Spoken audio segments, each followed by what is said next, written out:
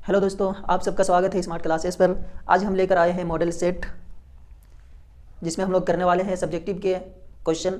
इससे पहले 2 लेक्चर में हमने ऑब्जेक्टिव के 1 to 14 क्वेश्चन को बड़े ही अच्छे तरीके से विथ एग्जाम्पल किया है और बहुत ही अच्छा से क्लियर किया है। अगर आपने अभी तक वो दोनों लेक्चर नहीं देखे हैं तो फटाफट देख लें और ख़ुद को जो है ना डाउट से क्लियर करें। तो अभी हम लोग सब्जेक्टिव के क्वेश्चन करने वाले हैं, जिसमें पहला क्वेश्चन है, यदि HCF 657, 306 इक्वल टू 9 क्या है? HCF बराबर 9, तो LCM ज्ञात कीजिए। LCM ज्ञात करना है, ठीक है। HCF मेरा ये दिया है 2 नंबरों का, HCF 9 दिया है और LCM मुझे ज्ञात करना है, ठीक है। इसका फॉर्मूला होता है सिंपल सा, 2 संख्याओं का गुणनफल 2, चूँकि ये कि इसको थोड़ा सा अच्छे तरीके से लिखो, ठीक है, जिससे कि कोई नंबर काटने के चांसेस ना हो और देखने में भी थोड़ा अच्छा लगे, ठीक। तो 2 संख्याओं का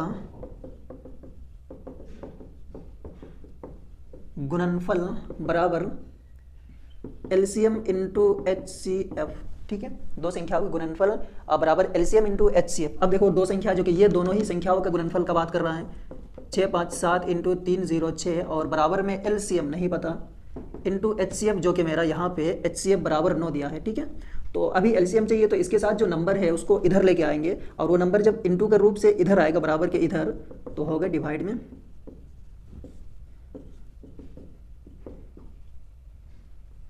LCM काट दो, 9 3 27, 9 4 36।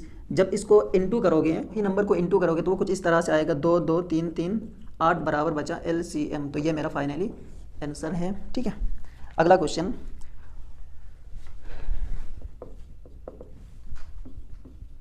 Subjective 2023 exam.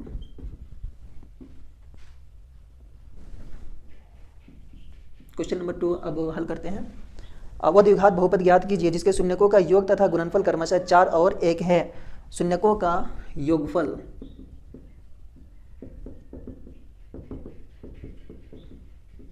बराबर 4 तथा शून्यकों का गुणनफल बराबर 1 दिया है, ठीक है। तो हमारे पास 2 शून्यक है, अल्फा और बीटा, ठीक है।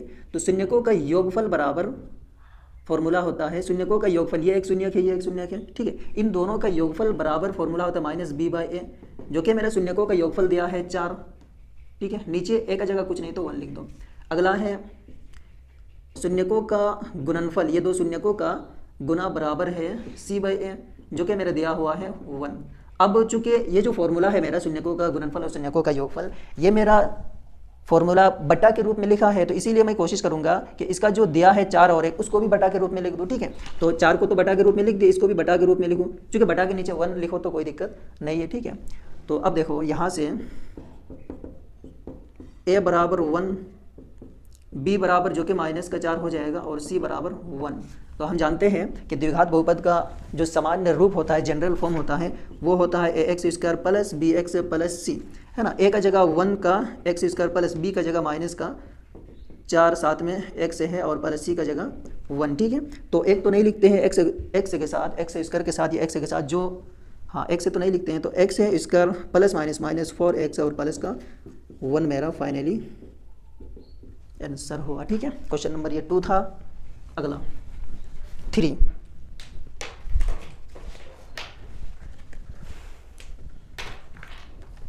त्रिभुज ABC में यदि B समकोण है, तो समकोण त्रिभुज का बात हो रहा है। चलो, त्रिभुज ABC में B मेरा समकोण है, तो इसको छोड़कर AC कहीं भी लिख दो, यहाँ पे आप A लिखो, यहाँ पे C लिखो, कोई दिक्कत नहीं है, ठीक है।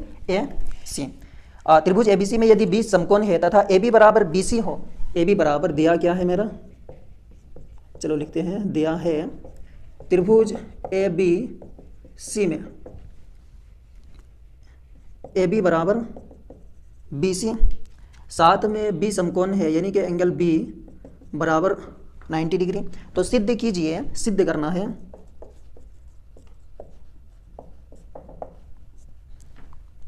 AC का स्क्वायर बराबर 2AB का स्क्वायर। ठीक है, ये चैप्टर 6 का क्वेश्चन है। देखो बहुत आसान है ना, ये 2 मार्क्स में क्वेश्चन है। मैं हल कर रहा हूँ सेक्शन ए जो कि 2 मार्क्स में क्वेश्चन है। ठीक है, सिद्ध सिंपल हम पाइथागोरस प्रमेय का यूज करेंगे। ठीक है, पाइथागोरस प्रमेय क्या होता है कि बड़ा वाला के स्क्वायर बराबर इन दोनों के स्क्वायर का जोड़। तो बड़ा वाला क्या है, AC स्क्वायर बराबर इन दोनों का, चाहे ये लो कोई दिक्कत नहीं, AB का स्क्वायर प्लस BC का स्क्वायर। ठीक है, तो AC का स्क्वायर बराबर, अब सिद्ध क्या करना है उस पर नजर डालो। सिद्ध करना AC स्क्वायर बराबर, चलो बराबर के इधर AC स्क्वायर आ गया। उसके बाद है 2AB का स्क्वायर, यानी 2AB का स्क्वायर। तो हम AB को रखेंगे, BC को हम चेंज करेंगे। और BC को चेंज कैसे करेंगे, मुझे पता है कि दिया है मेरे ऊपर में AB बराबर BC, तो BC का जगह हम AB लिख सकते हैं। तो AB का स्क्वायर, चूंकि प्रूफ में सिद्ध करना में AB है तो इसको रखे प्लस, इस BC को हम AB लिख दिए, AB का स्क्वायर। तो इस तरह मिला AC स्क्वायर बराबर AB का स्क्वायर प्लस AB का स्क्वायर, तो 2AB स्क्वायर हो गया प्रूफ।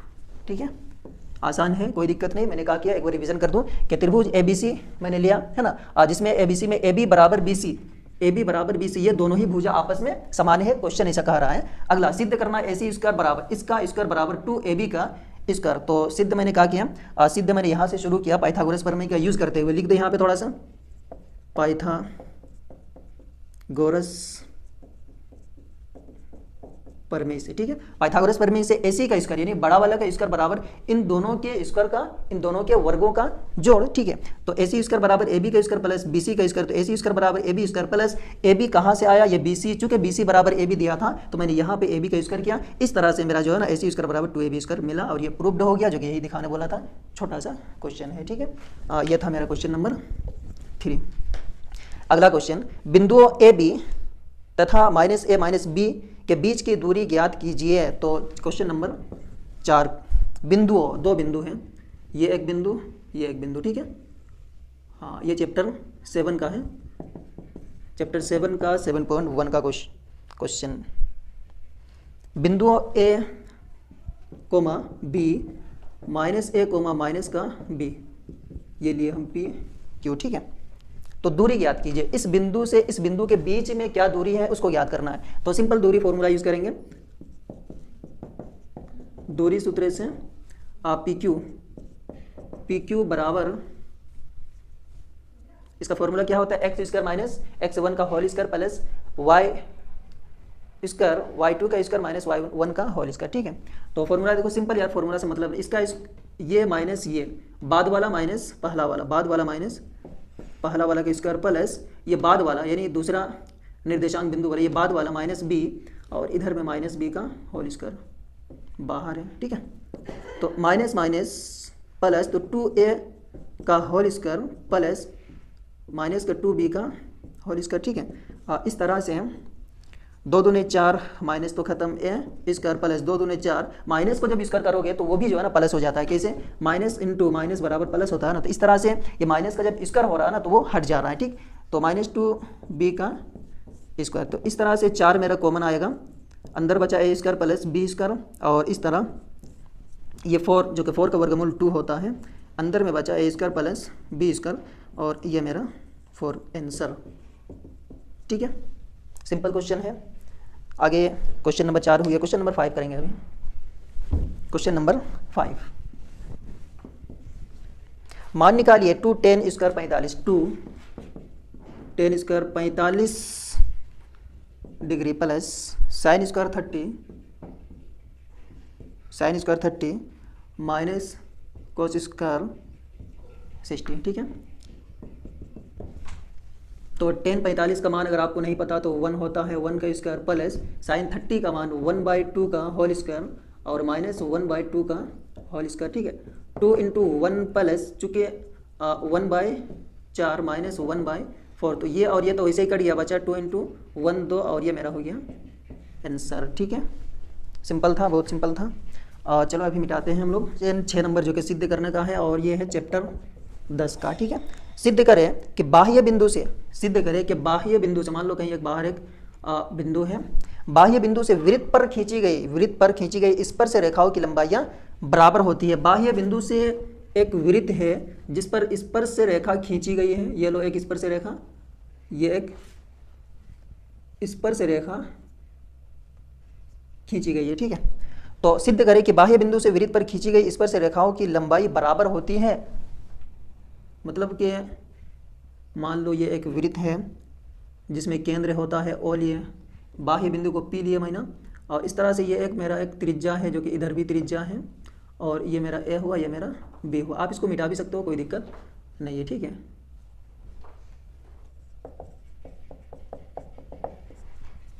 ये लाइन बराबर ये होता है, यानी ए पी बराबर बी पी, ठीक। अब देखो इसको कैसे सिद्ध करते हैं। दिया है जिसमें दो स्पर्श रेखा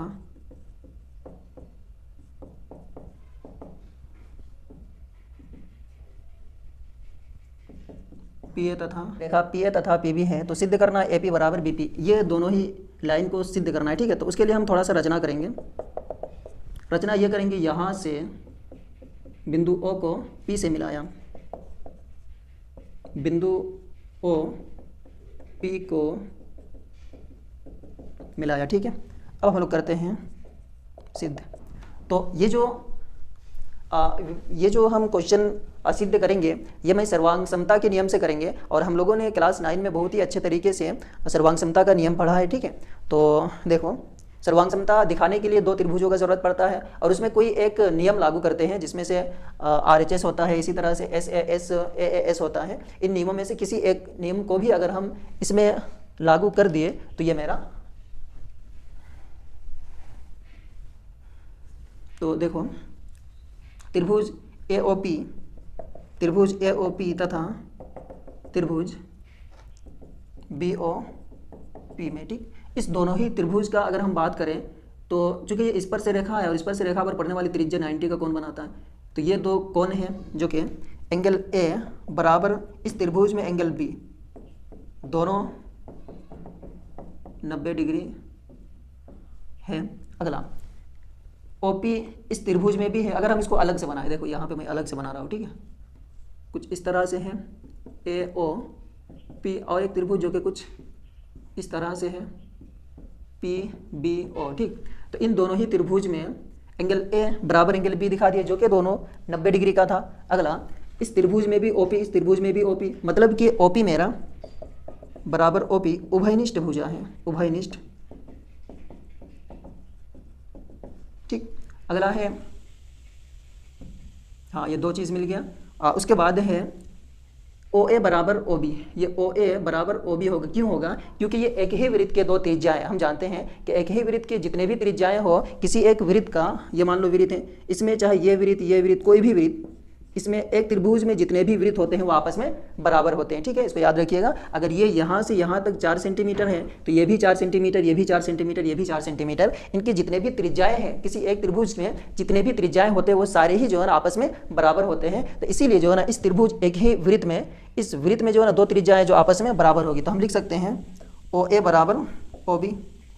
कारण में क्या लिखेंगे? एक ही वृत्त की त्रिज्या, ठीक है। तो इस तरह से मेरे को मिल गया राइट एंगल 90 डिग्री, ये मेरा HS, RHS सर्वांग समता नियम से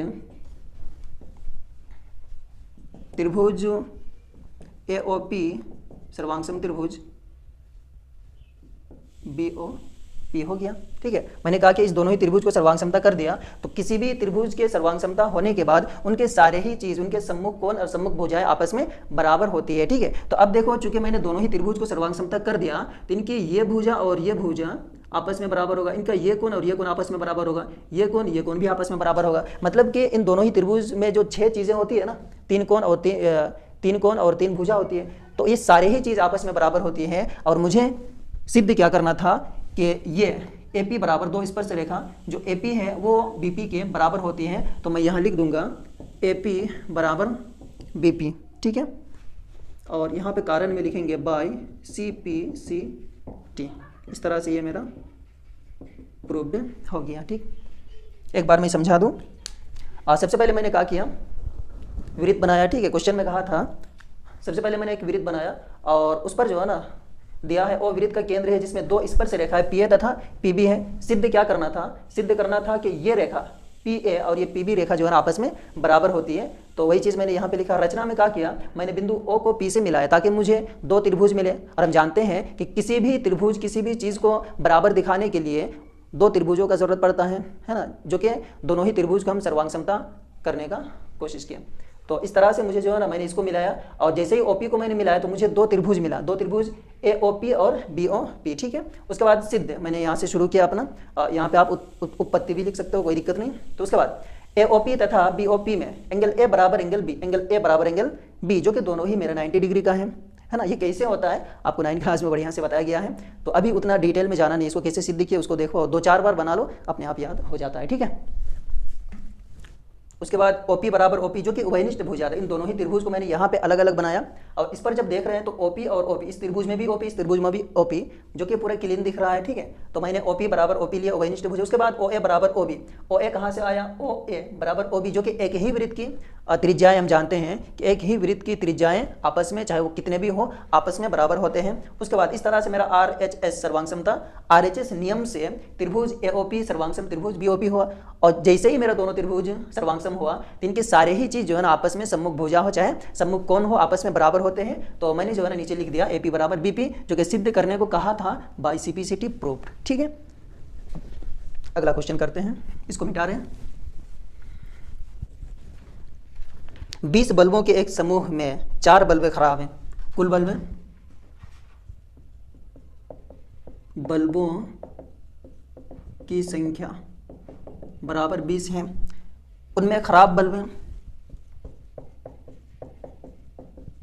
बल्ब की संख्या 4 है ना। आगे, इस समूह में से एक बल्ब यदृच्छया निकाला जाता है, इसकी क्या प्रायिकता होगी कि ये बल्ब खराब हो, ये बल्ब खराब हो। नंबर बी है ये बल्ब खराब नहीं हो। तो यहाँ मैं और एक चीज़ ऐड कर दूं कि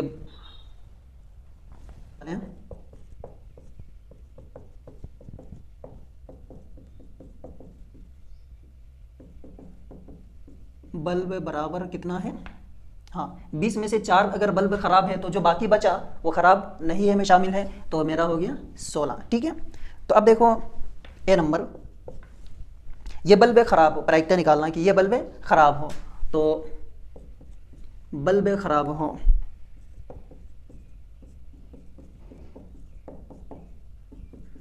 बराबर, इसका एक फॉर्मूला होता है सिंपल, आप याद रखिएगा, PE बराबर अनुकूल परिणाम बटा कुल परिणाम। ये क्या है, देखो प्रायिकता का एक सिंपल फॉर्मूला, इसको आप याद रखिएगा। और इसी फॉर्मूला के तहत जो है सारे ही क्वेश्चन मेरा प्रायिकता में जितने भी क्वेश्चन इस फॉर्मूला के अंडर बनता है, ठीक है। तो PE बराबर अनुकूल परिणाम बटा कुल परिणाम। अनुकूल परिणाम क्या है, देखो यहाँ से समझते हैं कि मुझे प्रायिकता निकालने बोला ये बल्ब खराब हो, बल्ब खराब हो। क्वेश्चन समझो, फिर से मैं एक बार पढ़ दे रहा हूँ कि 20 बल्बों की एक समूह में 4 बल्ब खराब है, इस समूह में से एक बल्ब चुपके से निकाला जाता है, इसकी क्या प्रायिकता है कि बल्ब खराब हो, ठीक है। तो देखो 20 बल्ब है, एक थैला है और जिसमें जो है ना 20 बल्ब हैं, तो उनमें से जो है ना 4 खराब हैं। तो मैंने क्या किया, उन थैला में जो है ना चुपके से जो है ना यदृच्छया मतलब होता है कि बगैर देखे, ठीक है, बगैर देखे मैंने हाथ डाला और हाथ डालने के बाद एक बल्ब निकाला। और तो क्या प्रायिकता होगी, एक बल्ब निकालने के बाद क्या प्रायिकता होगी कि वो बल्ब खराब हो। तो बल्ब खराब की संख्या है 4, 4 में से एक हाथ में आएगा ना, और टोटल है कुल परिणाम जो कि मेरा 16 है। तो 4 1 4, 4 4 16, तो 1/4 आपका आंसर बी। ये बल्ब खराब नहीं हो, बल्ब खराब नहीं हो बराबर बल्ब खराब नहीं हो। तो कितने बल्ब खराब नहीं है, यहाँ पे देखो बल्ब खराब नहीं होने वाले बल्ब 16 हैं, तो 16 लिखा। टोटल कितना है, कुल परिणाम मेरा 20, 4 4 16, 4 5 20, तो 4/5 मेरा आंसर। तो इस तरह से बच्चों मैंने सेक्शन ए कंप्लीट किया। सेक्शन ए जो कि मेरा 10 मार्क्स का होता है और 10 मार्क्स में से 1 मार्क्स से भी छूटना नहीं चाहिए। मैं उम्मीद करूँगा मेरे वीडियोस देखने के बाद 10 में से 1 नंबर भी नहीं छूटने वाला है। अब हम लोग शुरू करते हैं सेक्शन बी। जो कि 15 मार्क्स का है, जो कि बहुत इंपॉर्टेंट है। और इस ये मेरा शायद एग्जाम्पल है। और इस तरह का और एक क्वेश्चन है जो कि 6q+1 उस टाइप का। तो आप दोनों ही क्वेश्चन जो है ना सेम है, सेम प्रोसेस है। तो आप इसको अच्छा से देखिएगा। दर्शाइए कि एक धनात्मक विषम पूर्णांक दर्शाइए कि एक धनात्मक विषम पूर्णांक 4q+1 4q+3 के रूप का होता है जहां q एक पूर्णांक है। देखो 4q+1 या 4q+3 के रूप का होता है एक विषम पूर्णांक। कोई भी एक धनात्मक विषम पूर्णांक लो जो कि प्लस में होना चाहिए। मैंने ले लिया 13 लिया, 13 एक मेरा विषम संख्या है ना, धनात्मक है। तो क्या मैं इस नंबर को इन दोनों में से किसी एक रूप में लिख सकता हूँ? देखो तो इस नंबर को मैं 4 से भाग कर रहा हूँ, 4 तिये 12 बचा 1। तो हम जानते हैं जैसा कि ये होता है ए, ये होता है बी और ये होता है क्यू से क्वेश्चन और ये होता है आर। ठीक है, तो फॉर्मूला क्या होता है यूक्लिड विभाजन परिमेय का, A=BQ+R, जहाँ ए हम 13 लिए थे बराबर बी लिए थे हम 4।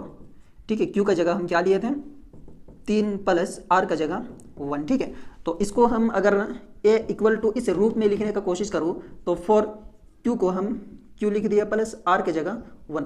तो देखो मैंने 4q+1 इस 13 नंबर को जो कि एक विषम संख्या था उसको मैंने 4q+1 के रूप का लिखा। ठीक है, इसी तरह से जब हम 15 लेंगे 4 से भाग करेंगे, 4 तिये 12। ठीक है, 5 से 2 गया 3। तो इस तरह से 4q+r। ठीक है, सिंपल 4q+r, यानी हम इस नंबर को 4q+3 के रूप में लिख दिया। तो कोई भी नंबर हो यार, दुनिया का कोई भी नंबर हो जो कि विषम होगा तो उसको हम 4q+1 या 4q+3 के रूप में ही लिख सकते हैं, इन दोनों के बाहर नहीं होगा। अगर हम किसी नंबर को 4 से भाग करेंगे तो यही दो जो है ना संभावना होएगी। ठीक है, जैसा कि मैंने लिया 135 जो कि मेरा एक विषम पूर्णांक है ना, तो इसको मैंने भाग किया 4 से, तो 4 तिये 12 1 5, 4 तिये 12 बचा कि ना 3। तो देखो 4q 4 × 33q+r, r मेरा। तो इस तरह से 4q+3 के रूप का जो है ना हम 135 को भी लिख दिया। ठीक है, तो अभी हम इसको जो है ना थोड़ा सा लिख के दिखाना है, प्रूव करना है। ठीक है, और वो कुछ जैसा कि आपको एग्जाम में कैसा लिखना है अब वो मैं बता रहा हूँ। देखो तो इसी को बच्चों, इसी को जो है ना आपको प्रूव करके दिखाना है, एग्जाम में लिखना है। तो वो कैसे लिखा जाता है देखो बढ़िया से अपनी कॉपी में जो है ना नोट से कॉपी में उतार लीजिएगा। Question number 8। तो सबसे पहले माना कोई धनात्मक विषम पूर्णांक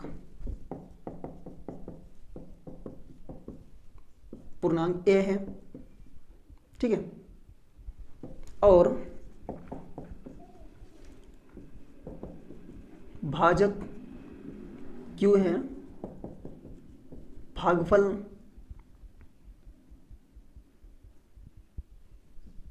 भाजक b होगा। ठीक है, भागफल q और शेषफल r। ये कैसे होता है देखो हम जानते हैं कि 2 से मान लो 7 को भाग 2 तिये 6 1।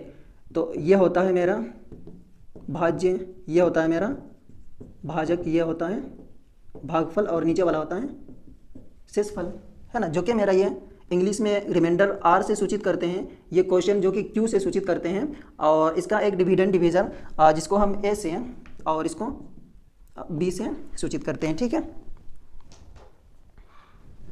तो मैंने क्या लिखा, माना कोई धनात्मक विषम पूर्णांक a है, कोई एक नंबर है, जैसा कि मैंने बहुत सारे नंबर को यहाँ पे भाग करके दिखाया था ना, 16 था, कितना था 13 लिया था, 15 लिया था, 235 लिया था, है ना, इस तरह से। तो माना कोई धनात्मक विषम पूर्णांक a है और भाजक b है, भागफल q है, शेषफल r है। तो यूक्लिड विभाजन परिमेयिका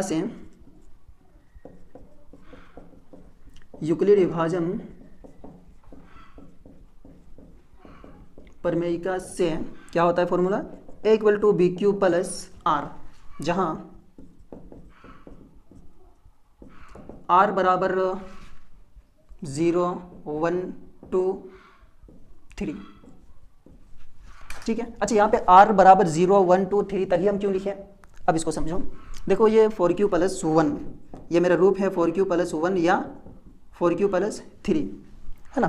तो इसमें देखो ये जो 4 है ना q के साथ जो नंबर, क्यू के साथ जो नंबर है वो 4 है, जो कि 4 मेरा भाजक है, 4 से भाग करते हैं। तो हम जानते हैं कि 4 से कोई भी नंबर को भाग करने के बाद उसका जो शेषफल बचेगा ना, वो तो चाहे 0 होगा, वो चाहे 0 होगा, 1 होगा, 2 होगा, 3 होगा, 4 नहीं हो सकता है। 4 से हम किसी भी नंबर को भाग कर रहे हैं तो उसका जो शेषफल बचेगा ना वो 4 नहीं हो सकता, या 4 से बड़ा कोई भी नंबर नहीं हो सकता है, वो 0 होगा, 1 होगा, 2 होगा, 3 ही होगा। ठीक है, कैसे देखो, हम 4 से भाग किए 9 को, तो 4 दूने 8, बचा किया 1। ठीक है, हम 4 से भाग किए 4 दूने 8, 1 आया, 2 को उतारे। अब इस 12 को जब भाग करेंगे तो 4 तियां 12, खत्म। मतलब कि 0 आया, 1 आया। ठीक है, किसी भी नंबर को यार, मान लो यहाँ पे मेरा जो है ना कितना आया, मेरा 3 से कोई बड़ा नंबर आया, 4 आया, तो फिर तो हम 4 से इसको भाग कर देंगे ना, बचेगा 0। 5 आएगा तो फिर जो है ना 4 से हम भाग कर देंगे। तो इसीलिए जो है ना इसका शेषफल में जो है ना 4 या 4 से बड़ा नंबर संभव नहीं है। ठीक है, इसको याद रखिएगा। तो इसीलिए मैंने यहाँ पे R इक्वल टू यानी कि शेषफल इक्वल टू 0, 1, 2, 3 लिया, 3 के बाद नहीं लिया। ठीक है, तो अब देखो ए के संभावित मान क्या क्या हो सकता है। ए इक्वल टू 4q प्लस क्या है मेरा 4q प्लस r है ना, तो r का जगह हम नंबर पुट करेंगे, ये सारे ही नंबर को। 4q प्लस 0 हुआ, उसके बाद A equal to 4q plus 1, A equal to 4q plus 2, A equal to 4q plus 3, बस। ठीक है, अब मेरे को क्या निकालने बोला है, सिद्ध क्या करने बोला है कि दर्शाइए कि कोई भी धनात्मक विषम पूर्णांक, यहाँ पे विषम पूर्णांक को दिखाना है। तो हम जानते हैं इन तीनों में से, इन चारों में से विषम कौन कौन सा हो सकता है। विषम ये होगा, है ना, 1 है, और ये होगा विषम, ये होगा और ये होगा, है ना। ये तो विषम नहीं हो सकता है ना। अगर शेषफल में मेरा 0 बचा, शेषफल में कहाँ देखो ना, शेषफल में 0 बचा, उसका मतलब जो a है वो मेरा सम संख्या है। शेषफल में मेरा यहाँ पे 1 बचा था जो कि विषम संख्या है, इसका मतलब हुआ कि ये जो 9 है ना, ये मेरा विषम संख्या है, यानी a होता है ये वाला, तो a मेरा विषम संख्या होगा। अगर r के मान, r का जगह 1 है तो a मेरा विषम संख्या होगा। अगर r का जगह 3 बचा, r का जगह 3 बचा तो ये मेरा विषम संख्या होगा। तो अब हम लिखेंगे नीचे कि कोई भी धनात्मक विषम पूर्णांक, अच्छा यहाँ पे लिख दूं, दिख नहीं रहा है, कोई भी धनात्मक विषम पूर्णांक, यहाँ पे अतः लिख देना पहले, अतः कोई भी धनात्मक विषम पूर्णांक 4q प्लस 1 है ना, और या 4q प्लस 3 के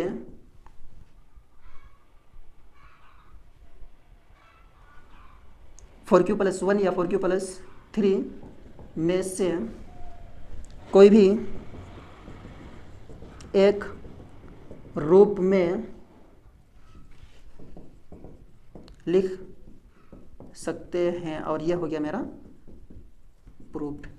ठीक है, इतना कर लोगे आप, 3 मार्क्स से छप जाएगा, कोई दिक्कत नहीं, आसान क्वेश्चन है। बस इसको जो है ना आपको माइंड में सेट करने के लिए, अगर आपको ये मुश्किल लग रहा है ना, कोई दिक्कत नहीं, आप कॉपी में जो है ना 3-4 बार लिख के देखो, 3-4 बार लिख के देखो, और उसके बाद देखना कि आपका जहन में जो है ना अपने आप छप जाएगा। ठीक है, तो देखो मैंने कहा किया, एक बार रिवीजन कर दूं कि क्वेश्चन ये पूछा था कि 4q प्लस 1 या 4q प्लस 3 के रूप का होता है कोई भी एक नंबर है, कोई भी एक धनात्मक विषम पूर्णांक है। मान लो ये मेरा 13 है ना, इसी तरह से 15 है, इसी तरह से 2, 3, 5 है, इसी तरह से 217, कोई भी कितना भी बड़ा नंबर हो, है ना, तो कोई भी एक विषम पूर्णांक जो कि मेरा विषम होना चाहिए, है ना, और वो प्लस में होना चाहिए।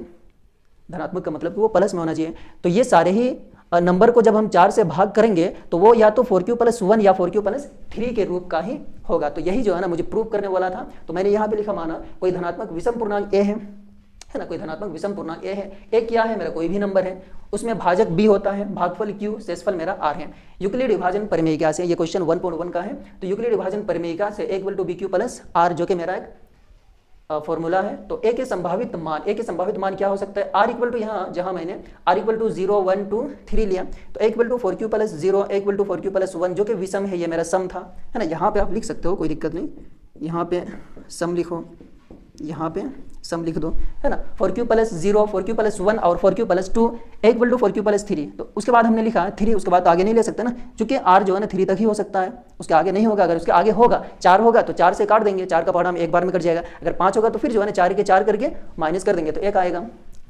ठीक है, तो इस तरह से हमने नीचे लिखा था, कोई भी धनात्मक विषम पूर्णांक 4q प्लस 1 या 4q प्लस 3 में से कोई भी एक रूप में लिख सकते हैं, बस प्रूव्ड हो गया। इतना आसान क्वेश्चन था। चलो अगला क्वेश्चन।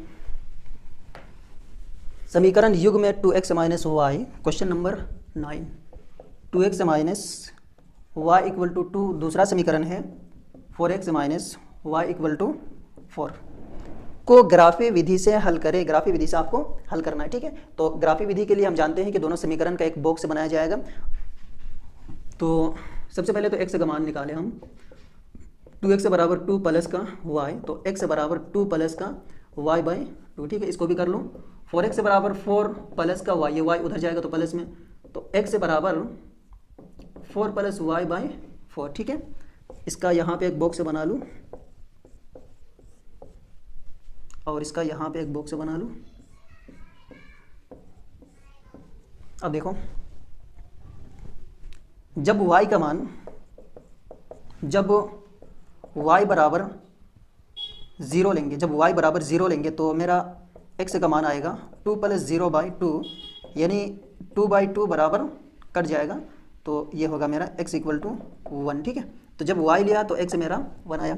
दूसरा और एक ले लूँ, जब y बराबर कितना लूँ, यहाँ पे 1 लूँ, y 1 लूँ, तो ये बन जाएगा 2 और 1 3, 3 जो कि 2 से नहीं कटेगा, तो हम 1 नहीं लेंगे, वैसा नंबर लेंगे जिससे कि मेरा पूरी कट जाए, ठीक है, और पॉइंट में ना आए, है ना। तो वैसे भी दिक्कत नहीं, अगर आप पॉइंट में नंबर आए भी दिक्कत नहीं है, लेकिन थोड़ा सा सोल्यूशन में जो है ना दिक्कत हो जाता है। चूँकि आप पॉइंट वाला नंबर अगर आप ग्राफ से बना रहे हो तो दिक्कत नहीं है। तो मैं यहाँ पे लूँगा, आप ले लेना, मैं यहाँ पे लूँगा 2, ताकि ये 2 2 4 हो जाए और 2 से कट जाए। तो y इक्वल टू 2 लेंगे, 2 लिए, तो ये हो गया मेरा x equal to 2 plus 2 by 2, तो 4/2, यानी x इक्वल टू आया मेरा 2, ठीक है। यहाँ इस बॉक्स का बात करें तो जब y 0 लेंगे वहीं, तो x बराबर 4 प्लस 0 बाई 4, तो x इक्वल टू 4/4 यानी कि 1, ठीक। उसके बाद मैं यहाँ लूँगा 4 लूँगा तो 8 हो जाएगा 4, तो x बराबर 4 प्लस का y का जगह 4 बाई 4, 4 4 8 बाई 4 यानी 2, तो x का मेरा आया 2, ठीक है। अब देखो ग्राफ, क्योंकि मैंने जो 2 बॉक्स बनाए उस दोनों ही बॉक्स के अंदर जितने भी नंबर है वो सारे ही मैंने प्लस में लिया है, प्लस में लाने का कोशिश किया है, और उस तरह से मुझे ये सारे नंबर प्लस में मिला है। तो इसीलिए जो है ना मैं इस ग्राफ में इधर जो है ना x एक्स माइनस और y एक्स माइनस में नहीं लूँगा, ठीक है, क्योंकि फिर वो देखने में भी खैर आपका हिसाब, अगर आप यहाँ माइनस वाला नंबर ले रहे हो, ठीक है, यहाँ पे अगर माइनस में कोई नंबर आ जाए तो फिर आपको लेना पड़ेगा, ठीक। तो देखो ये 0 1 2 3 4 है ना, 1 2 3 4, सबसे बड़ा नंबर 4 है ना, ठीक है। अब देखो, अब इसको समझो, x मेरा 1 y मेरा 0, x मेरा 1 y मेरा 0, y मेरा 0, पहला समीकरण का बात कर रहा हूँ, ठीक है। x मेरा 1 y मेरा 0, तो x में 1 आए, ये मेरा x अक्ष होता है ना, x अक्ष, और ये मेरा y अक्ष होता है, ठीक है। तो x में 0 y में 1, चलो ये गोल करके कर दिया, है ना। उसके बाद x में 2, चलो x में, x लाइन है ये वाला, x में 2 चले, y में 2 चलना है तो ऊपर की ओर चलो, यहाँ 2। अब इस दोनों ही लाइन को हम स्केल के मदद से, है ना, मेरे पास तो उतना बड़ा स्केल नहीं है, आपके पास स्केल होगा, इस तरह से मिला दिया, है ना। ये कौन सा समीकरण था, 2x लिख दूँ, 2x माइनस y बराबर 2, ठीक है। अगला दूसरा बॉक्स, x मेरा 1 है, x मेरा 1 है, y मेरा 0, यानी कि यही वाला होगा। दूसरा पेन ले लूँ, ठीक है। x मेरा 2, x मेरा 2 और y मेरा 4, x मेरा 2 y मेरा 4, ये होगा। अब इस बिंदु और इस बिंदु को जब मिला देंगे तो कुछ इस तरह से मेरा ग्राफ जो है ना प्रतिच्छेद किया, ये प्रतिच्छेद बिंदु जो है ना असल है।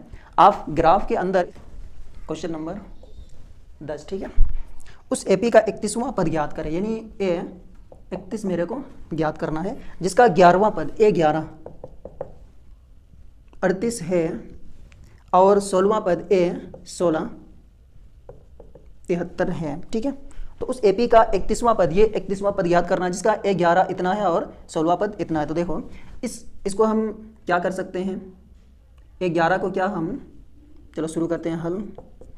A11 को हम a प्लस 10d लिख सकते हैं इक्वल टू 38 है। अब इसके साथ कुछ नहीं हो सकता है, तो ये हो गया मेरा समीकरण 1। दूसरा है A16 बराबर 7 पर 3 73।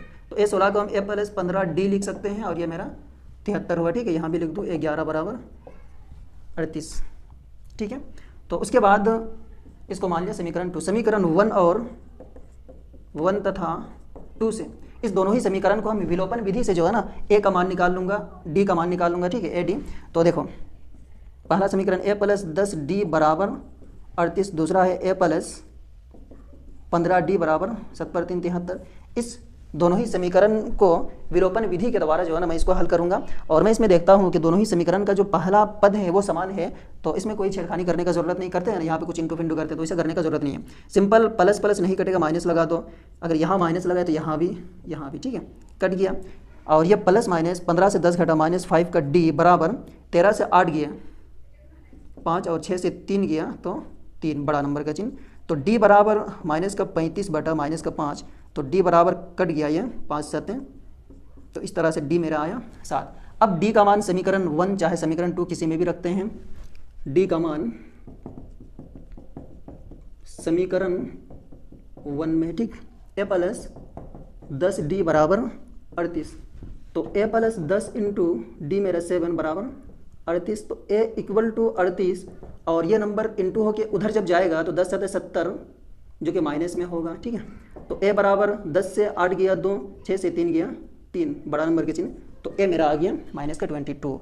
अब देखो, अब ए चाहिए 31। हम जानते हैं कि कोई भी नंबर को, कोई भी पद को निकालने के लिए जो है ना उसमें ए और डी का जो है ना होना शर्त है। अगर किसी भी पद को निकालते हैं तो उसमें अगर हम मेरा ए और डी में से कोई एक नहीं होगा तो हम निकाल नहीं सकते हैं, ठीक है। तो यही कारण था, यही वजह था कि मैंने ए 31 को निकालने के लिए सबसे पहले ए और डी को जो है ना फाइंड आउट किया, ठीक है। तो 31 equal to A plus 30d लिख सकते हैं, तो ए जो कि माइनस का 32 plus 30 into D 7।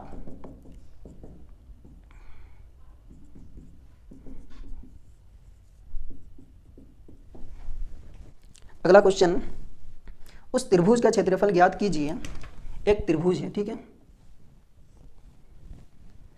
Question number 11। उस त्रिभुज का क्षेत्रफल ज्ञात कीजिए जिसके शीर्ष,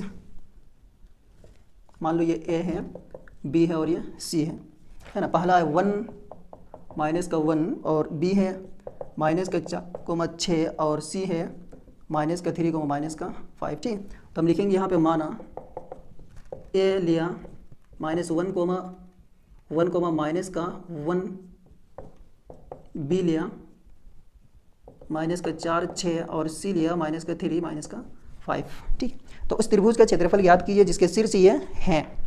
तो देखो ये चैप्टर 7 का है, 7.3 का लास्ट क्वेश्चन। तो सिंपल इसका एक फॉर्मूला होता है, और फॉर्मूला को याद रखने के लिए मैं एक वृत्त बनाया, एक यहाँ पे लिखा, यहाँ पे 2 लिखा और यहाँ पे 3 लिखा, ठीक है। तो त्रिभुज ABC का क्षेत्रफल बराबर 1/2 x y minus y x y minus y plus का x y माइनस वाई, ठीक है। अब देखो जादू 1/2, अच्छा जो फॉर्मूला है याद करने की जरूरत नहीं, ठीक है। अब देखो मेरे साथ, देखो कैसे जादू होगा। 1 2 3, चलो यहाँ पे 1 लिखा, 2 लिखा, 3 लिखा, उसके बाद 1 को छोड़ दो, 2 3 1, यहाँ पे 2 है, 3 है, 1 है, ठीक है। 2 3 1 लिया, अब यहाँ से शुरू करेंगे 3 1 2 3 1 2, कितना आसान फॉर्मूला है, ठीक है। अब पुट करते जाओ, यहाँ पे एक बार लिख दो कि x1 बराबर 1, x2 बराबर -4 और x3 बराबर -3। इसी तरह से y1 बराबर -1, y2 बराबर 6 और y3 बराबर -5, ठीक है।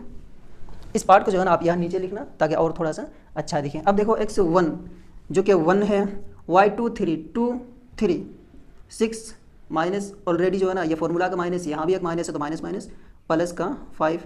उसके बाद x2 मेरा -4 है तो प्लस माइनस का 4, y3 1 3 1 तो ये -5 और ये माइनस प्लस का 1। उसके बाद x3 है माइनस का 3, y1 माइनस का 1 और उसके बाद है y2 है मेरा -6, ठीक। तो 1/2 1 6 5 11 माइनस का 4 5 से 1 गया माइनस का 1 और ये माइनस का 3 माइनस प्लस तो माइनस का 7, ठीक है।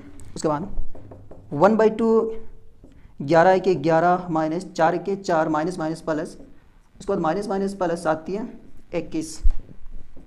इस तरह से 1/2 इंटू 11 4 21 कितना होगा? 4 1 5 1 4 1 5 1 6। 1 मिनट यहाँ, हाँ 4 1 5 1 6 2 1 3 1 4, तो 2 दूने 4 2 3 6, तो इसका आंसर होगा 23 मात्रक।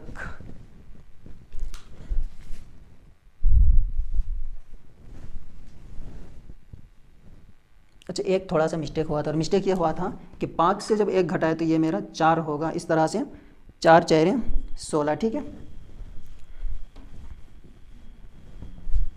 तो 1/2 इंटू 6 1 7 1 8 2 3 4 48, तो काट दूँ, 2 दूने 4 2 4 8, तो 24 मात्रक मेरा आंसर होगा, ठीक है। अगला क्वेश्चन, तो एक बार समझा तो रिपीट कर दूँ कि क्वेश्चन था कि त्रिभुज का क्षेत्रफल निकालना जिसके शीर्ष से दिया हुआ था ये, ठीक है। तो मैंने क्या किया, ए बी सी एक त्रिभुज लिया जिसमें पहला दूसरा तीसरा शीर्ष जो है ना मैंने लिख दिया, है ना। उसके बाद ए माना ए बी सी, ठीक। उसके बाद मैंने इसको लिखा x1 मेरा, x2 x3, इसको मैंने इसीलिए लिखा ताकि मेरे को जो है ना फॉर्मूला लिखने के बाद अपना सुविधा हो, अपना जो है ना आसानी हो, तो इसीलिए मैंने एक बार इसको साफ साफ लिख दिया कि x1 क्या है, x2 क्या है, x3 क्या है, ताकि मेरे को जो है इस फॉर्मूला में पुट करने के लिए यहाँ देखने को ज़रूरत ना पड़े, ठीक। क्योंकि यहाँ देखेंगे तो फिर यहाँ से यहाँ ये आसान होता है, इसीलिए मैंने एक बार अलग से जो है ना इसको लिख लिया।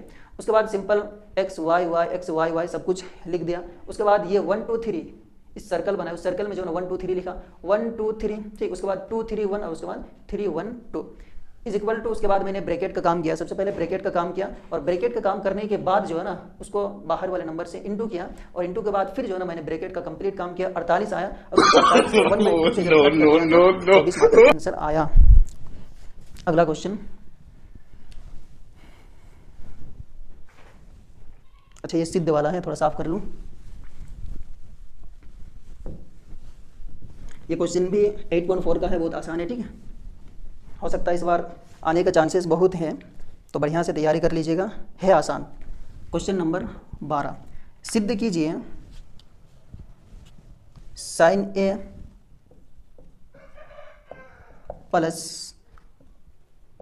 कोसेक ए का whole square plus cos A plus sec A का होल स्क्वायर बराबर 7 plus tan square A plus cot का स्क्वायर ए, ठीक है। अब देखो इसको सिद्ध करने का क्या तरीका है कि सबसे पहले मैं LHS से शुरू करूंगा। ये मेरा LHS पार्ट है, ये मेरा राइट हैंड साइड पार्ट है, तो फ्रॉम LHS से, ठीक है।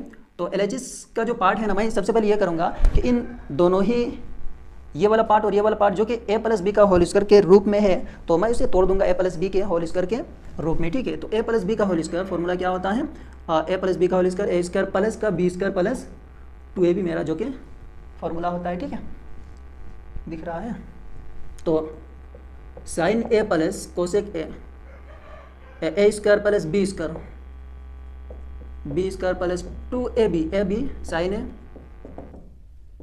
कोसेक ए, ठीक है, प्लस इसको भी जो है ना a प्लस बी के होल स्क्वायर के रूप में तोड़ देंगे, तो cos square A plus sec square A plus 2ab cos A sec A, ठीक है। मैंने कहा किया इन दोनों ही भाग को, जो इन दोनों ही पार्ट को a प्लस बी के होल स्क्वायर के रूप में जो है ना तोड़ दिया। अब देखो इसको सबसे पहले तो इसको इसे रहने दो, इसको इसमें कुछ काम करेंगे। Sign square A plus cosec square A plus 2 into sine A into इस कोसेक ए को क्या मैं 1/sin ए लिख सकता हूँ, फॉर्मूला याद करिएगा, ठीक है। उस तरह से cosec square A plus sec square A plus 2 कोस ए, इस पार्ट को मैंने 1/cos ए के रूप में लिख सकता हूँ, है ना। होता है ना साइन ए बराबर 1/cosec ए, हो गया। अब ये कटा ये कटा ये कटा ये कटा, बचा क्या, sine square A plus cosec square A plus 2 into 1 2 हो गया, plus cos square A plus sec square A plus 2 into 1 2, चलो जी 2 2 4 मिल गया। असल में मेरा मतलब जो है ना इसमें 7 लाना है, ठीक है। तो मैं जो है ना 4 तो जुगाड़ कर लिया, अब और 3 जुगाड़ करना है, तो चलो 4 2 2 4 प्लस ये साइन स्क्वायर ए और कोस स्क्वायर ए, क्या sine square A plus cos square A equal to 1 होता है, formula sine square A plus cos square बराबर 1 tan cot sec cosec plus minus बराबर 1 प्लस 1। ये मेरा जो है ना अपना एक ट्रिक है फॉर्मूला याद रखने का। Sine square plus cos square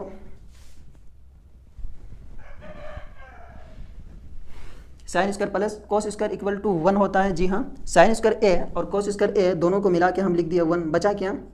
plus का कोसेक स्क्वायर ए और प्लस का सेक स्क्वायर ए बचा। अब मेरे को 4 1 5 मिल गया। चलो जी 5 मिल गया। अब कोसेक स्क्वायर ए को क्या मैं कोट स्क्वायर प्लस 1 लिख सकता हूँ? बिल्कुल, कोट स्क्वायर ए प्लस का 1 लिखे प्लस क्या मैं सेक स्क्वायर को इस सेक स्क्वायर को जब इसको देखो sec square A minus tan square equal to 1, जब मैं इस टेन को जो कि माइनस में इसको जब बराबर के उधर लेके जाऊंगा तो प्लस टेन स्क्वायर ए होगा। Sec square A equal to ये जो 10 है जो कि बराबर के इधर माइनस में, तो जब उधर जाएगा तो प्लस में होगा। तो इस तरह से हम लिख सकते हैं कि 1 प्लस टेन स्क्वायर ए। तो इस तरह से 5 और 2 7 प्लस बचा coat square A plus tan square ए, जो कि मेरा 7 plus tan square A plus cot square A prove हो गया है ना। इसको अगर आप इधर लाना चाहते हो कोई दिक्कत नहीं, यहाँ भी छोड़ दो। चाहे आप चूंकि 2 प्लस 3 या 3 प्लस 2 कोई फर्क नहीं पड़ता है ना। 2 प्लस 3 भी 5, 3 प्लस 2 भी 5 ही होता है। तो देखो इस तरह से मैंने 7 प्लस चूंकि 10 यहाँ पहले है तो लिख दो यार, और ये मेरा प्रूव्ड हो गया। ठीक है,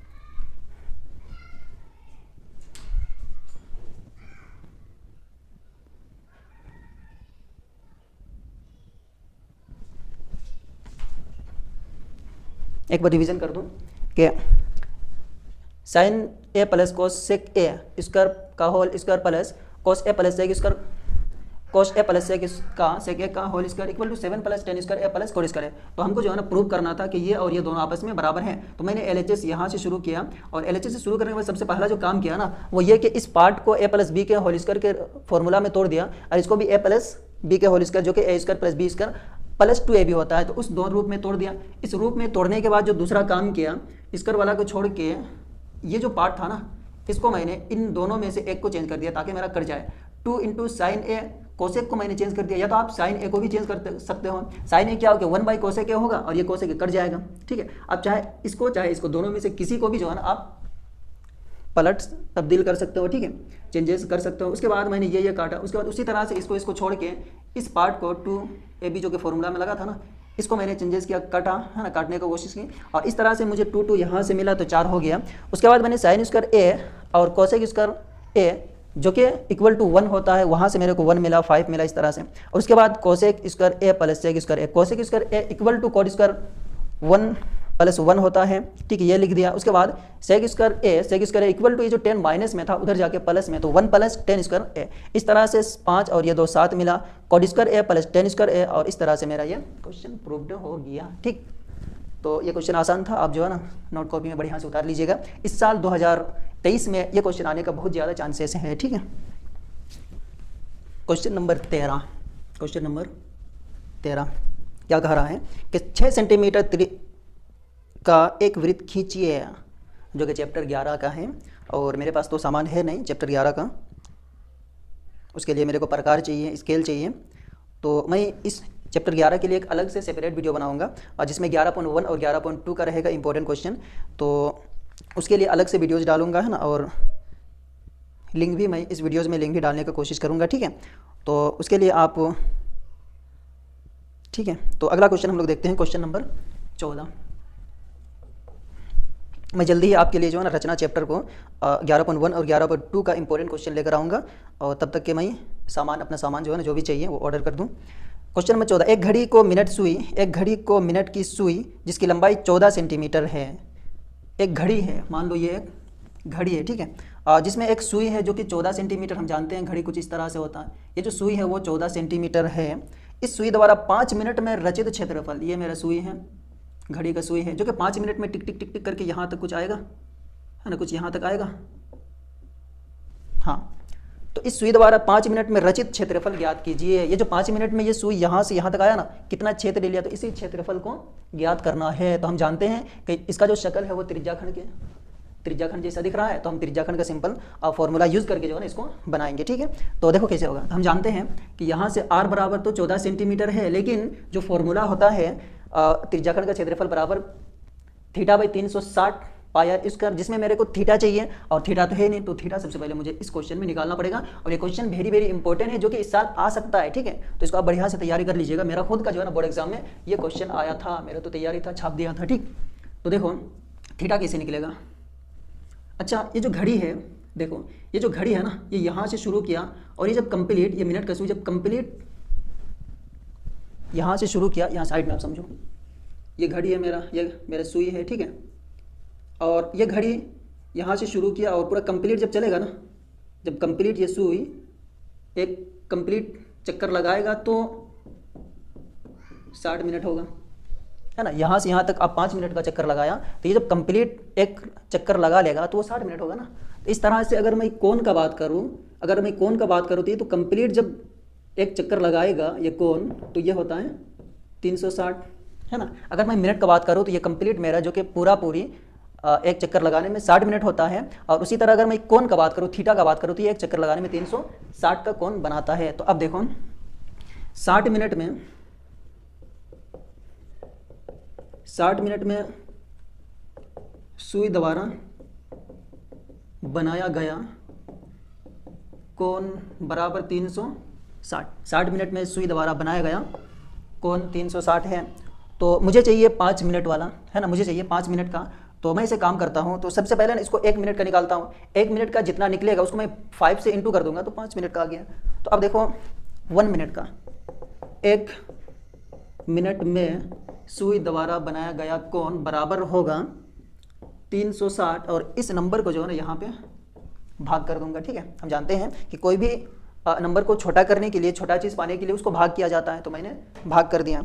अब देखो 1 मिनट में ये था, तो 5 मिनट में कितना होगा। 5 मिनट में सुई द्वारा बनाया गया कोण, अब देखो ये छोटा था, 1 मिनट था, फिर से मैं आगे बड़ा किया और गए। हम जानते हैं किसी भी नंबर को बड़ा करने के लिए उसके साथ इंटू किया जाता है, तो मैं यहाँ पे इंटू कर दूंगा, कहाँ गया 360/60, और यहाँ पे इंटू कर दूंगा 5। ठीक है, 0 से 0 कटा और ये 6 6 36, तो इस तरह से बचा 6 × 5 6 बचे 30, यानी कि मेरा थीटा आ गया 30 डिग्री। लो जी, थीटा बराबर 30 डिग्री।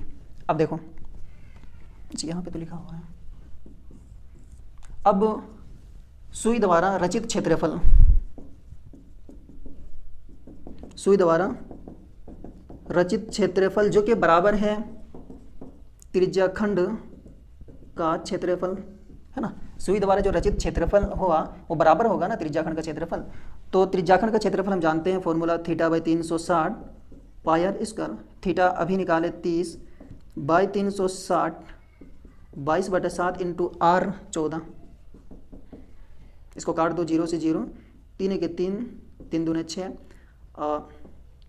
7 दूने 14, 2 6 12, 2 1 2, 2 1 2, 2 3 6, 2 7 14, बचा क्या 11 × 2 × 7, और नीचे बचा 3, यानी 11 दूने 22 × 7, 7 दूने 14 के 4, 7 दूने 14 के 15, 154/3, 5 4 ये नहीं कटेगा, तो ये हो गया मेरा सेंटीमीटर स्क्वायर आंसर। तो एक सुई जो है ना 5 मिनट में, एक सुई 5 मिनट में इतना क्षेत्रफल रचित किया। ठीक है, तो इस तरह से क्वेश्चन नंबर 14 भी हो गया, और बहुत बहुत मुबारक हो आपको।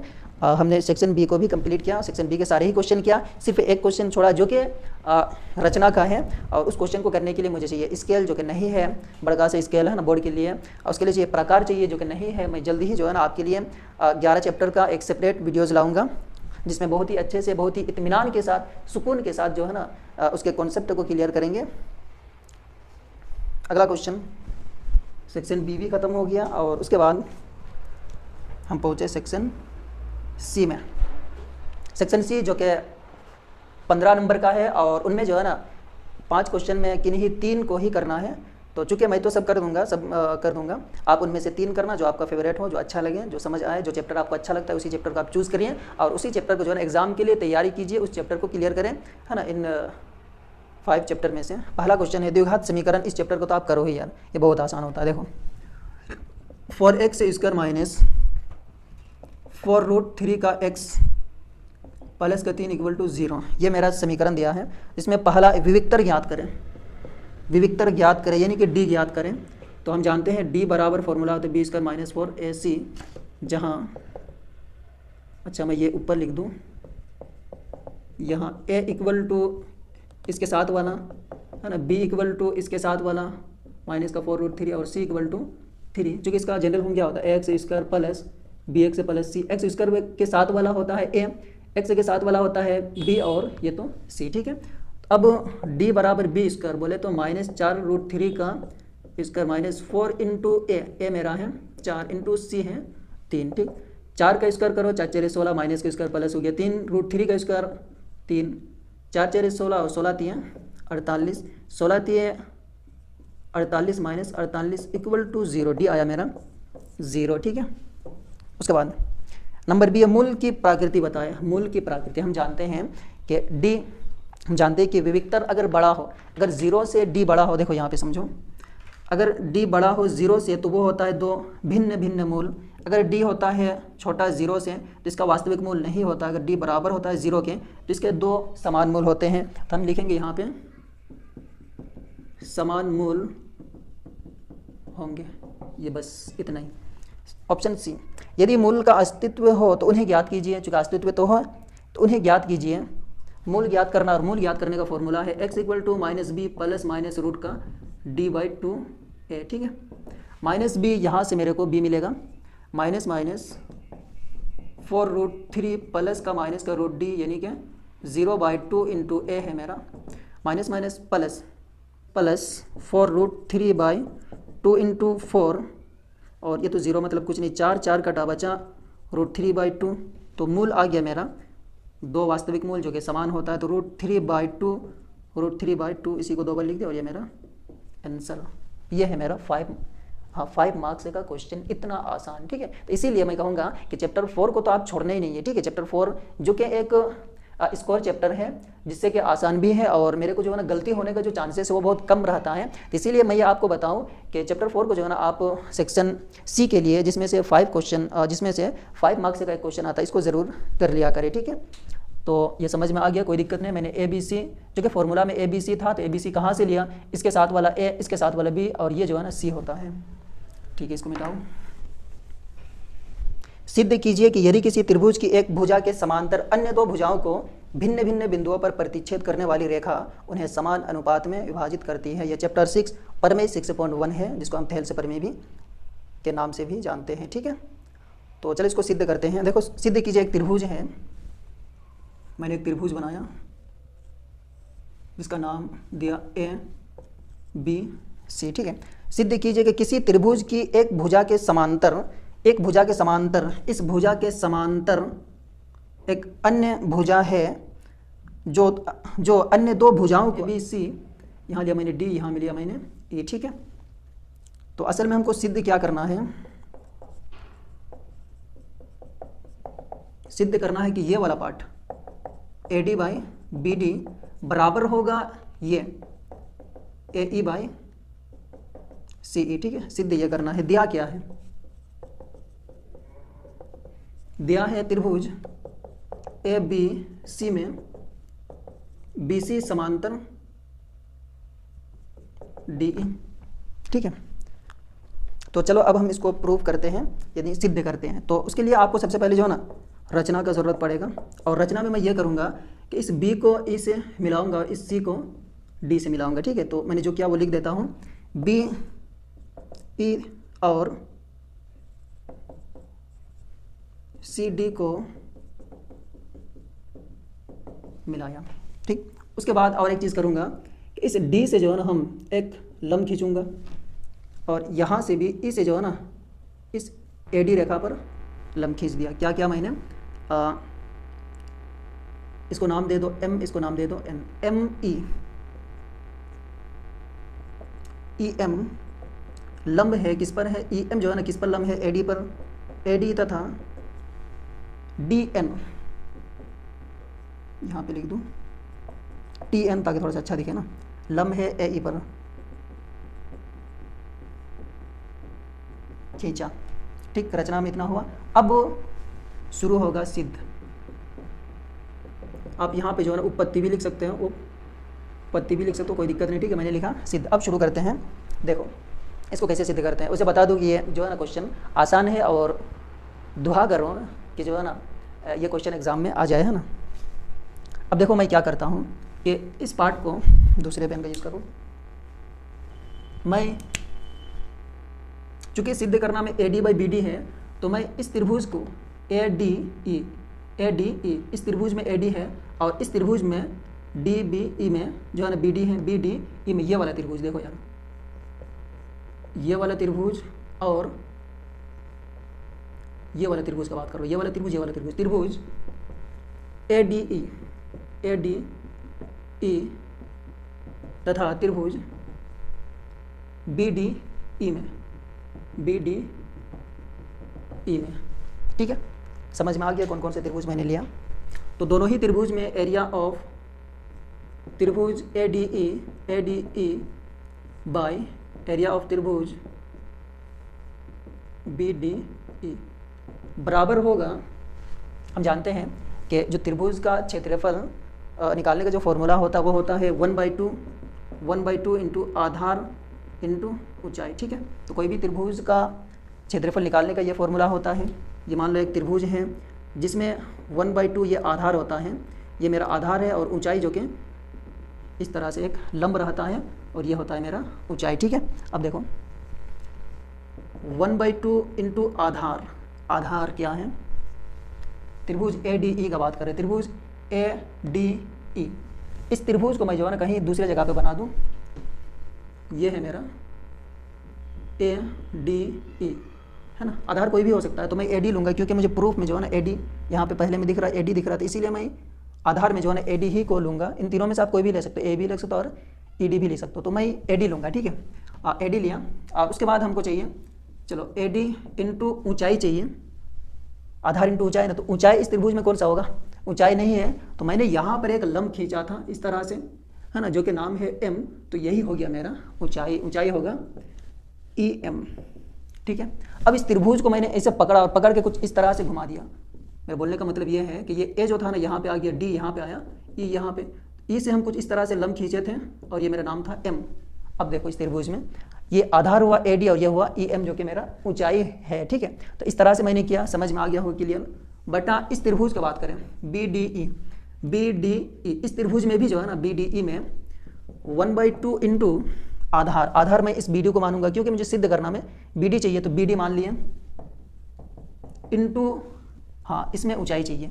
ये त्रिभुज जो कि अधिक कोण है मेरा, ये वाला कोण जो कि अधिक कोण है, तो अधिक कोण का जो लंब होता है वो हमेशा बाहर की ओर होता है, कुछ इस तरह समझो आप। यहाँ पे ये है मेरा, ये है मेरा अधिक, है ना। तो इसका जो लंब होता है ना यार, ये कुछ इस तरह से होता है, क्योंकि लंब सीधा होता है तो इस तरह से बाहर बनता है। तो हम देख रहे हैं इस त्रिभुज का बाहर ई एम है और ई एम ही मेरा जो है ना लंब होगा। ठीक है, समझ में आ गया होगा, है ना। तो अभी देखो 1/2 कट गया, बचा ए डी, और यहाँ पे ई एम कट गया, बचा, चलो काट ही देते हैं, 1/2 से 1/2 ई एम से ई एम, बचा मेरा A D by B D. ठीक, A D by B D, बहुत आपको बहुत बहुत मुबारक हो, A D by B D आ चुका है। अब जो है ना मेरे को चाहिए ए ई बाई सी ई, उसको कैसे लाएं, फिर से वही काम शुरू करूँगा इस तरफ से, मैंने इससे पहले इस तरफ से किया, अब इस तरफ से जो है ना बनाऊंगा ए ई डी त्रिभुज, ये वाला त्रिभुज, इस त्रिभुज को हम ए डी ई भी कह सकते हैं या ए ई डी भी कह सकते हैं, कोई दिक्कत नहीं। और दूसरा त्रिभुज जो कि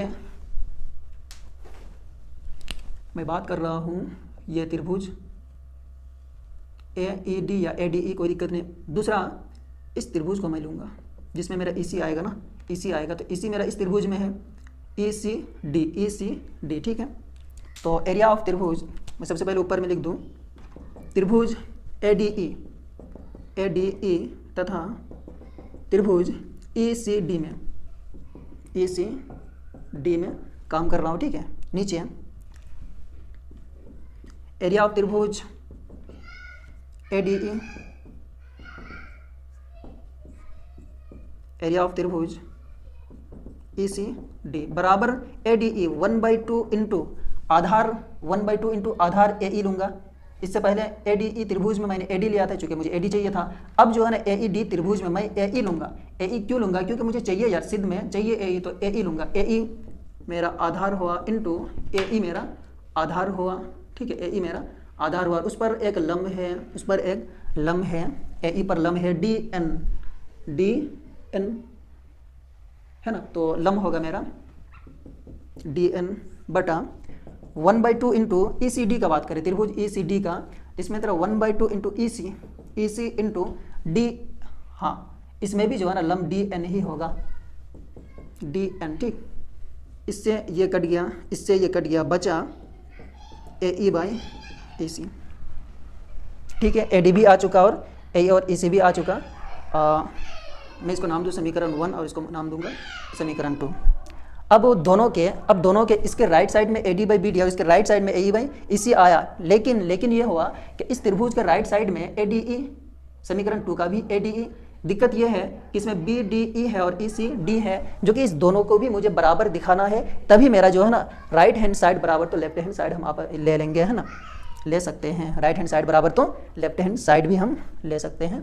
तो अब देखो मैं ये करूँगा कि इसको एरिया ऑफ त्रिभुज ECD और एरिया ऑफ त्रिभुज BDE को बराबर कैसे दिखाऊं। देखो क्लास 9 में पढ़े थे, क्लास 9 में ये पढ़े थे, त्रिभुज कहाँ पे है, BDE, त्रिभुज BDE, त्रिभुज BDE, ये त्रिभुज है BDE, ठीक है। और दूसरा ECD, दूसरा ECD,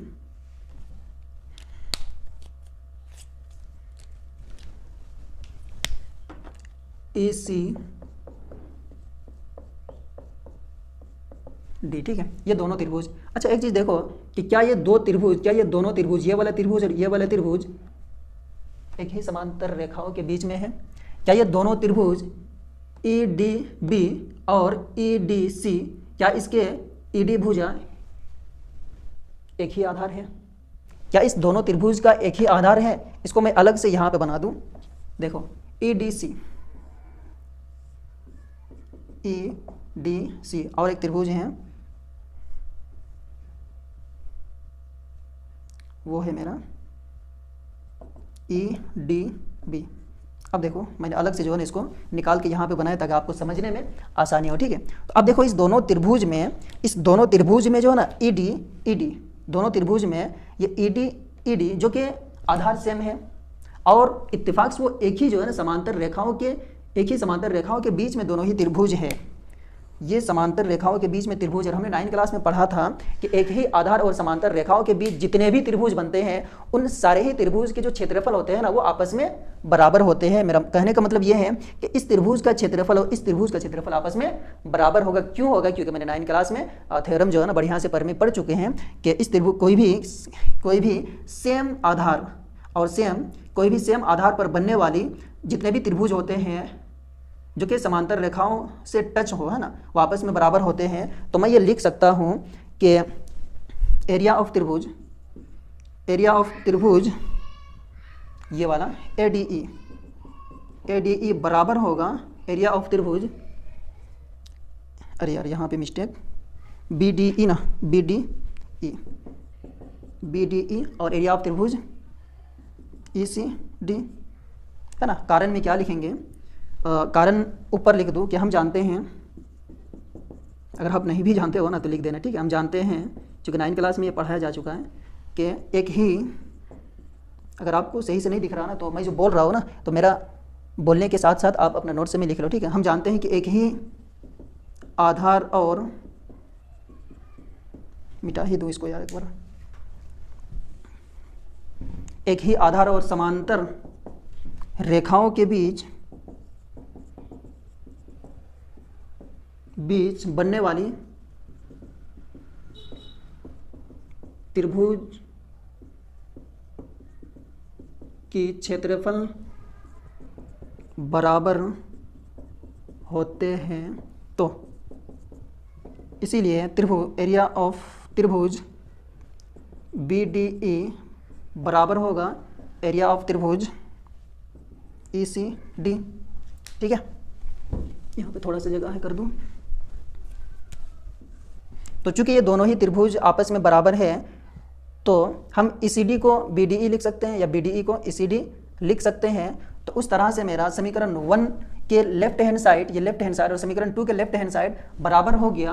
तो समीकरण 1 तथा 2 से समीकरण 1 और 2 के राइट हैंड साइड में AD बाई BD बराबर दिखा दिए। समीकरण 2 के right hand side AE by EC। आपको मुबारक हो, आपका थ्योरम जो है ना प्रूव्ड हो चुका है। ठीक है, थैंक यू। तो टाइम बहुत लग जा रहा है इसीलिए मैं जो है ना रिवीजन नहीं करूँगा। और देखो मैंने सबसे पहले कहा किया कि क्वेश्चन था कि इस त्रिभुज के AD बाई BD और AE बाई EC को बराबर दिखाना है। तो मैंने कहा किया, सबसे पहले दिया है, लिखा ABC में त्रिभुज ABC में BC समांतर DE जो कि दिया है, सिद्ध क्या करना है कि AD बाई BD और AE बाई EC को बराबर दिखाना। रचना मैंने BF और CD, B से E, हाँ BE और E से D को मिलाया, EM लंब, फिर जो है ना दूसरा रचना क्या किया मैंने, EM लंब AD पर है ना AD तथा DN लंब AE पर खींचा। ठीक है, उसके बाद सिद्ध मेरा शुरू हुआ। सिद्ध मेरा पहला जो मेरा सोच था कि मुझे AD बाई BD किसी तरह आ जाए, मेरा क्वेश्चन आंसर जो है ना AD बाई BD आ जाए। तो मैंने देखा कि ADE त्रिभुज और BDE त्रिभुज अगर लेते हैं तो ये वाला पार्ट और ये वाला पार्ट आएगा। ठीक है, तो मैंने त्रिभुज ADE बाई एरिया ऑफ त्रिभुज BDE में हाफ इंटू आधार इंटू ऊंचाई वाला फॉर्मूला लगाया। उसमें AD मेरा आधार लिया और उसमें लंब EM जो कि मैंने खींचा था, है ना। ऊंचाई होता है ना, ऊंचाई हमेशा सीधा होता है, तो त्रिभुज का जो ऊंचाई होता है उसके लिए मैंने यहाँ लास्ट समझाया था। ये मेरा एक त्रिभुज है जिसमें ऊंचाई इस तरह से सीधा वाला होता है। ठीक है, और ये मेरा 90 डिग्री का बनता है। तो इस तरह से ये कट गया और कटने के बाद AD बाई BD बचा। उसके बाद मैंने इस तरफ से त्रिभुज AED यानी ADE और इस त्रिभुज को, पहले इस त्रिभुज को लिया था तो इस त्रिभुज को लिया मैंने, ये वाला त्रिभुज ECD है ना, ECD या EDC आप कुछ भी कहो, कोई दिक्कत नहीं है। उसके बाद मैंने सेम प्रोसेस किया और उसके बाद चूंकि मेरा दोनों के राइट हैंड साइड को आपस में बराबर दिखाना था तो मैंने देखा कि इस दोनों के लेफ्ट हैंड साइड, ये वाला है ना समीकरण 1 और समीकरण 2 के लेफ्ट हैंड साइड के बटा के ऊपर वाला तो सेम है, लेकिन साला नीचे वाला सेम नहीं था। तो मैंने ये किया कि इन दोनों ही समीकरण के नीचे वाला को बराबर दिखाने के लिए मैंने 1 साल जो है ना जब मारा पिछले, मैंने 1 साल पीछे की ओर गया और मैंने पाया कि क्लास 9 में ये पढ़ा था कि एक ही आधार में बनने वाले समांतर रेखाओं के बीच त्रिभुजों के क्षेत्रफल आपस में बराबर होते हैं। ठीक है, तो इस तरह से मैंने एरिया ऑफ त्रिभुज BDE बराबर एरिया ऑफ त्रिभुज ECD लिया और समीकरण 1 तथा 2 से AD बाई BD बराबर AE बाई EC मेरा